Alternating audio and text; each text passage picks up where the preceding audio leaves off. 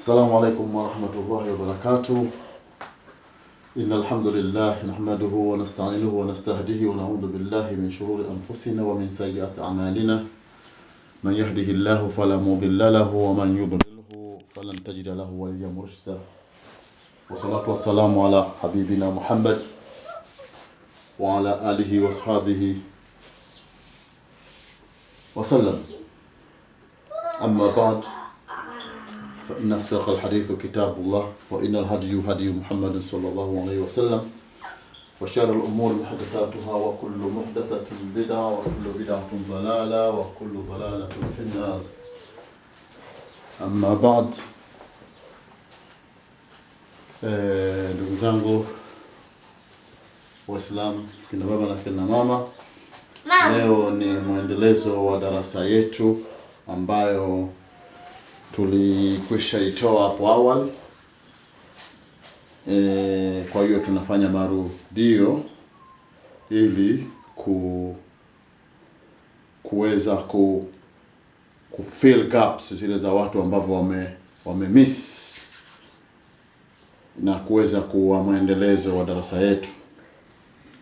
Kama tulivyozungumza hapo awali katika darasa yetu ya nyuma kwamba tumeamua kuzungumza native language ambayo ni lugha yetu ya asili ya lugha ya nyumbani kwa ajili ya kuwasaidia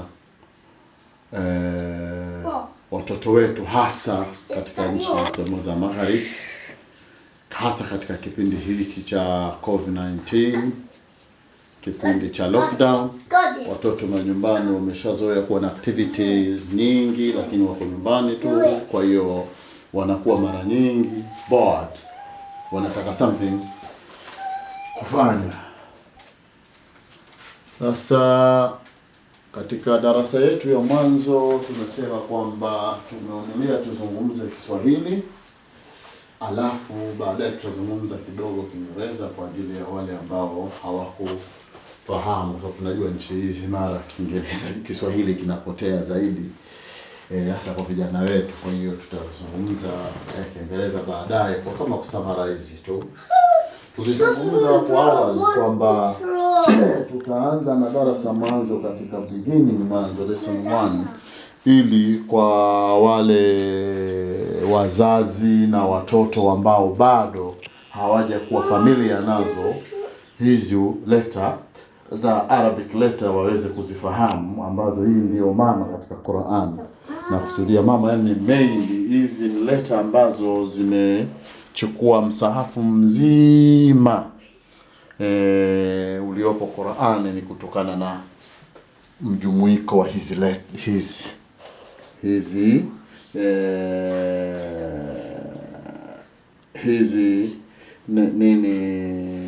Arab. Kwa hiyo hizi hurufu tutajaribu kuzielezea, kueleza kwamba kuna baadhi ya harufi zinavyotamkwa sio kama mwandishi alivyoziandika. Naona ni kwa kuwa kwamba amekosa lile neno la Kiingereza kulitranslate sawa sawa na inavyotakiwa. Kwa hiyo lakini all in all amejitahidi sana, kuna harfu nyingi amewasaidia watu. Kwa hiyo ni level ya kwanza, ambayo tukitoka kwenye level hiyo tutakuja kusoma bila kuwa na yale maandishi ambayo tutaonyesha. Kuna kitabu cha kilichokuwa kimeandikwa hizo bila maandishi. Kwa haraka ngoja niangalie mfuko wa vijana wangu wa madrasa na vitabu ambavyo vitakuwa hii wametusaidia, wameweka hii ni sawa na hii, lakini sasa hii ni ya maandishi, imeandikwa Kiingereza na hii nyingine haina. Kwa hiyo hii itatusaidia zaidi, lakini ukiweza kujua kuzisoma hizi bila kufuata Kiingereza, kujifundisha hii tu itakuwa ni bora zaidi. Hii tutajaribu kuifundisha hii mpaka iwe izoeleke, iwe ni bora zaidi kama tunavyoiona. Ndio ukiweza kuijua hii itakuwa ni bora zaidi, ambayo haina. Kwa hiyo tukirudi katika darasa yetu ya nyuma, tulizungumza kwamba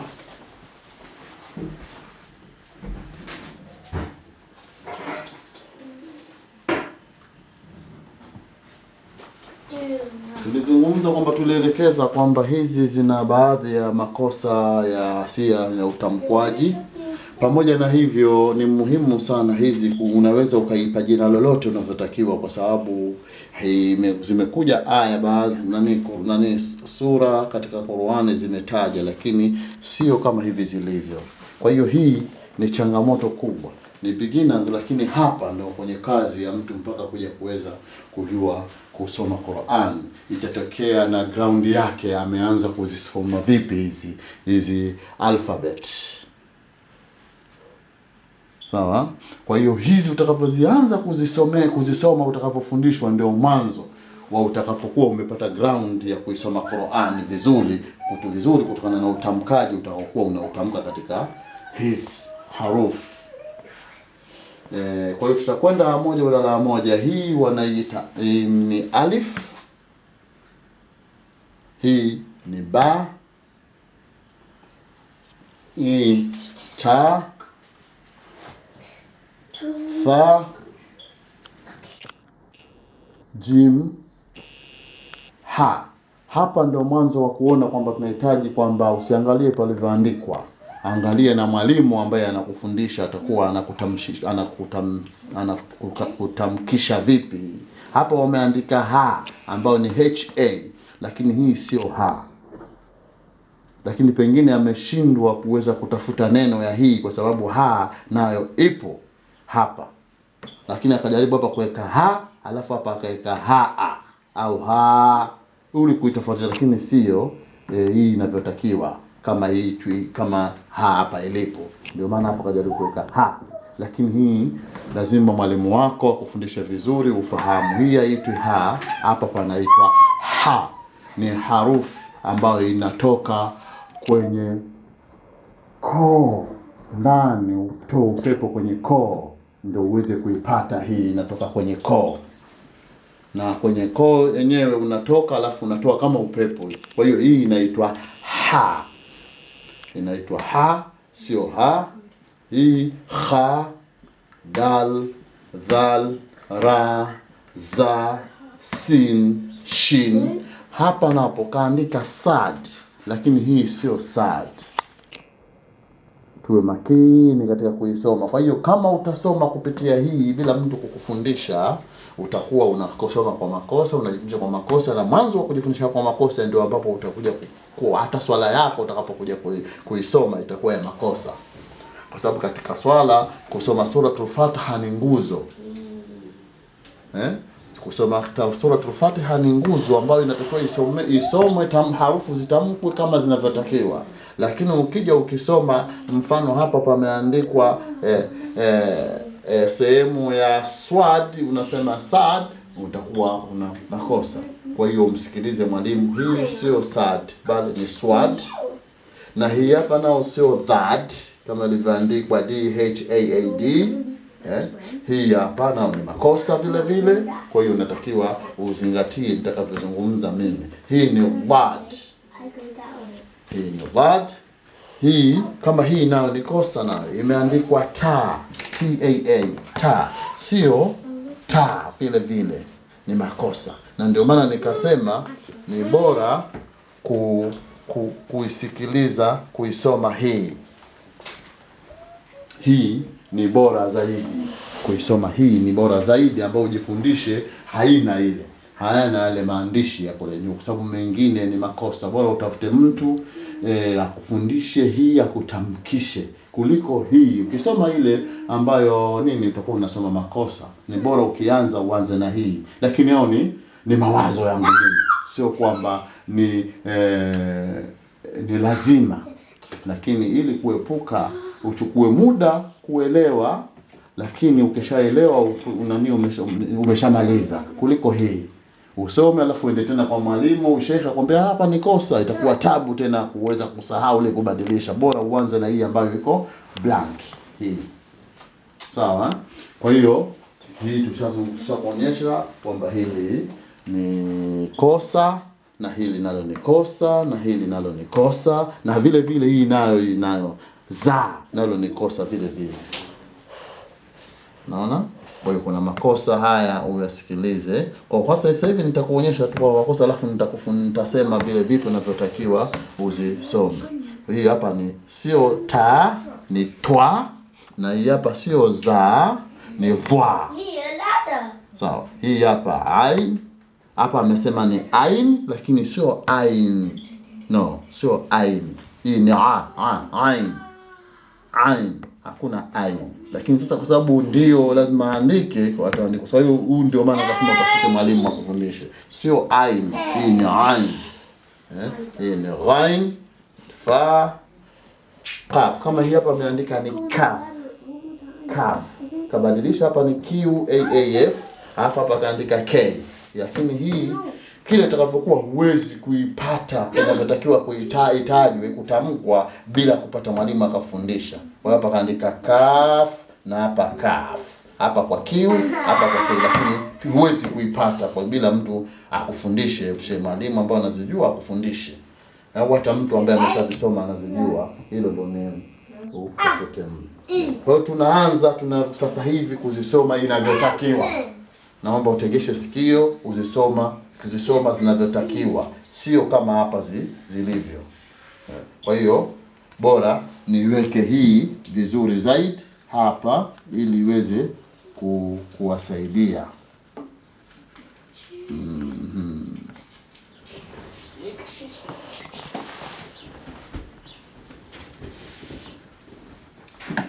Hapa yes, sasa tumeipatia. Kwa hiyo alif, ba, ta, tha, jim, ha,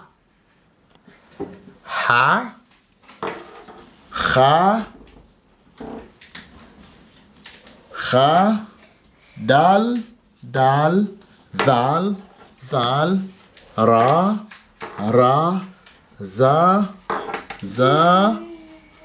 sin, shin, swad.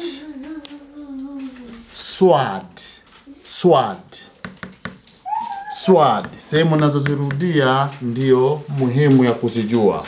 Kwa hiyo tunasema alif, ba, ta, tha, jim, ha, kha, dal, dhal, ra, za, sin, shin, swad, lad, twa, va, ain, ghain, fa, qaf, kaf, lam, mim, nun, waw, ha, hamza, ya. Narudia kwa taratibu ili uweze kupata muda wa kujifundisha, na jinsi ya kujifundisha ni kuzirudia mara kwa mara ili ziweze kukaa, uzirudie mara kwa mara.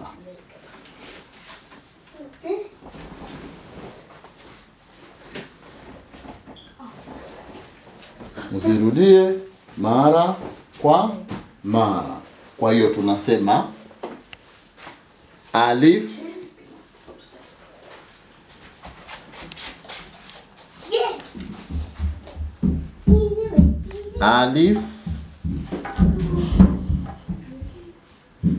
ba,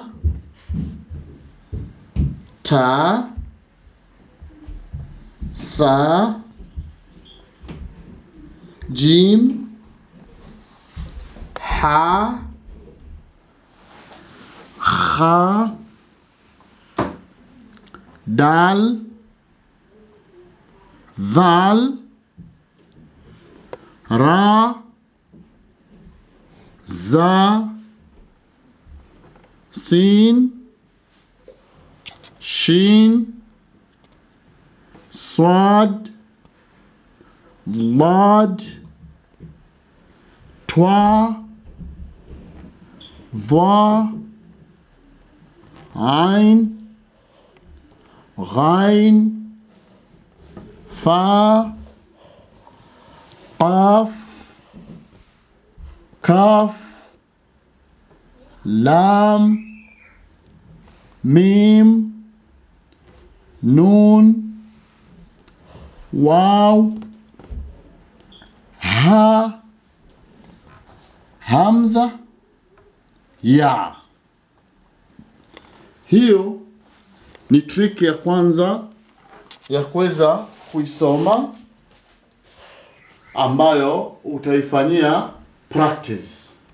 Hiyo utaifanyia practice. Ukisha zifanyia practice, kuna njia nyingi ya kufanya uwe rahisi kuzisoma au kuzifanya zigande kwenye akili yako, zigande kwenye akili, kwenye ubongo. Kuna njia nyingi za kufanya kurahisishia. Moja wapo katika akili ya njia rahisi, moja katika njia rahisi ni kuiangalia alif. Alifu haifanani na mwenzake wote, haina mwenzake wote. Hiyo haitokusumbua. Huku hakuna usumbufu kwenye alifu, kwa sababu kama unavyoziona hakuna tofauti ya nyingine inayofanana na alifu, lakini nyingi zinafanana, lakini zina vijialama zinavyokuonyesha, ambayo ni identification ya kuonyesha kwamba hiyo ni harufi gani. Kwa hiyo hizo identity ni zipi? Moja wapo ni mweko vile ilivyo. Mfano kama ba, ikae kichwani vile, ukiona ba ujifundishe wewe mwenyewe kwamba ba ni inafanana ni ilivyokaa, lakini imefanana ba, ta, tha, zina muundo sawa sawa. Kiziangalia, tatizo lake ni dot.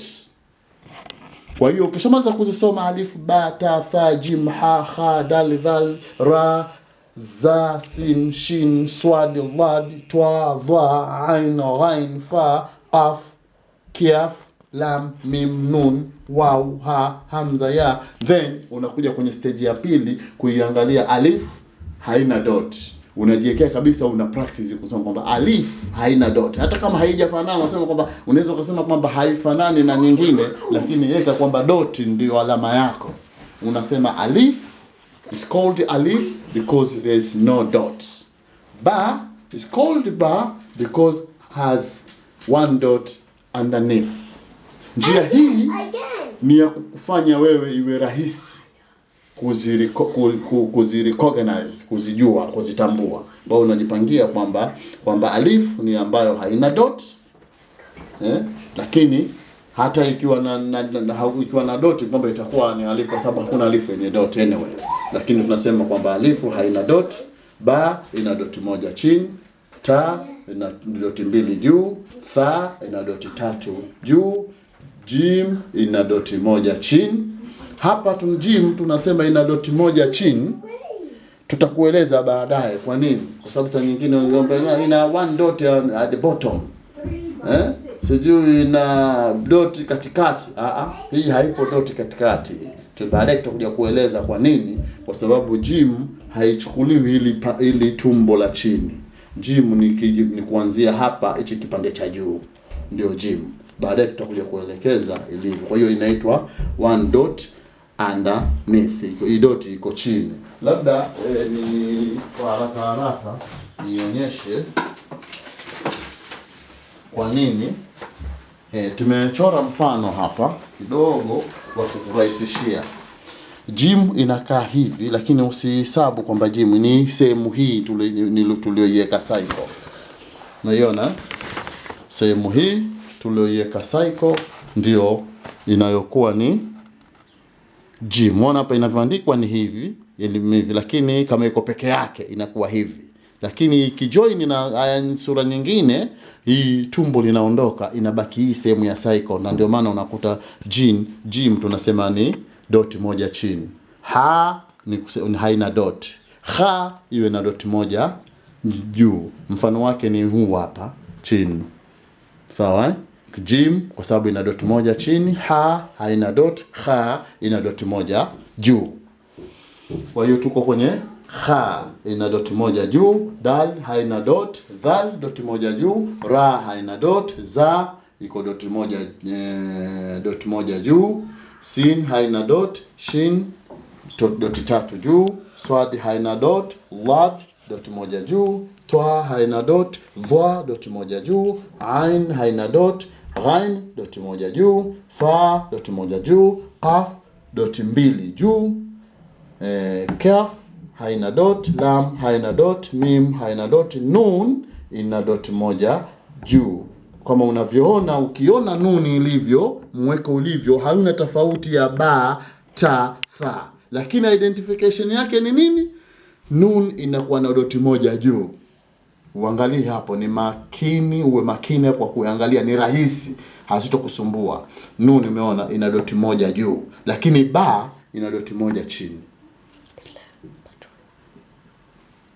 Ta ina doti mbili juu. Tha ina doti tatu juu. Hizi ndio alama zake. Waw haina doti, ha haina doti, hamza haina doti, ya ina doti mbili chini. Kwa maana hizi zote hizi inatakiwa nikikuchorea, nikikwambia kwamba okay, huu mstari wako huu, nachora mstari hapa. Sawa? Nachora mstari hapa. Huu mstari nikikwambia kwamba hii kitu gani kitakufanya hii ijulikane kuna ba, basi huu mstari ikiwekwa yote hapa, hiyo ni ba. Unaona? Ikiwekwa 2 dot ta, hapo pana ta kwa huo mstari. Unaona? Ikiwekwa 3 dot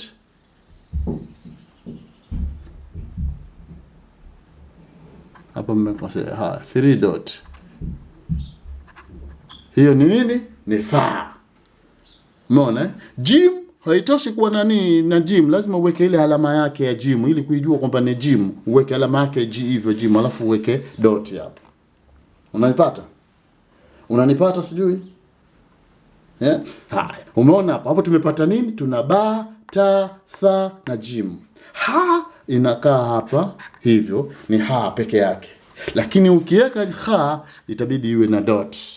Nadhani kwa hapo itakuwa umeelewa. Umeona hapa peke yake kwenye mstari tumepata ha, ha, jim, tha, ta, ba. Je, ukinahitaji nun, ukitaka nuni lazima iwe na on dot. Wapi? Juu. Tuna nuni hapa. Je, ya iwe na 2 dot underneath. Ona. Iwe na 2 dot chini. Kwa hiyo hapo umeona tuna ba, ta, tha, jim, ha, kha. Kama usije shangaa kwamba unaona hizi zote zimekaa pamoja, hizi ni zile ambazo nini utazijua nini kwa hizo doti tu hapo.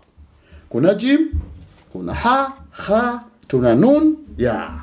Kwa hiyo hivyo ndio vitu vya kuzingatia, ambapo ni darasa yetu ya baadaye tutakuja kuielezea jinsi gani ilivyo. Nadhani kwa leo tuishie hapo, labda nitoe tu homework wakati ukiwa umepractice, nitatoa homework ili ziweze kuwasaidia.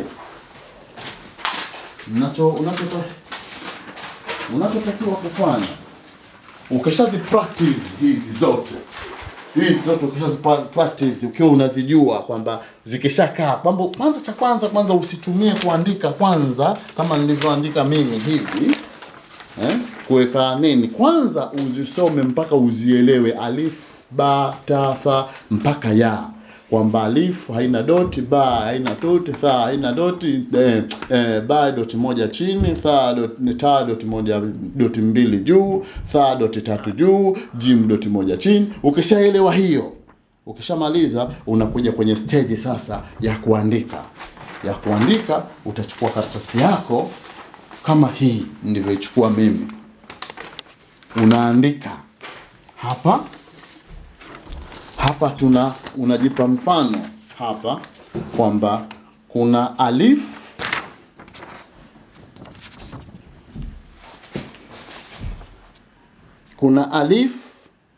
mpaka ya.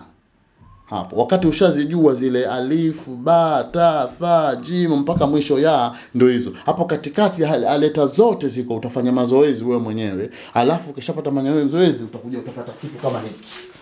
Mimi nimeandika hapo alif mpaka ya, lakini nimeishia shin kukuonyesha tu kwamba jinsi inavyokuwa. Umeona mstari wetu? Tumeandika alif kama ule mfano niliokuonyesha mwanzo. Huu tulioandika sasa hivi hapo. Unaona? Huu ndio sasa hivi tulioandika, una ba, ta, lakini huu unaona tumeanza na alifu mwanzo kabisa. Alafu tukaja ba ina one dot underneath. Yup.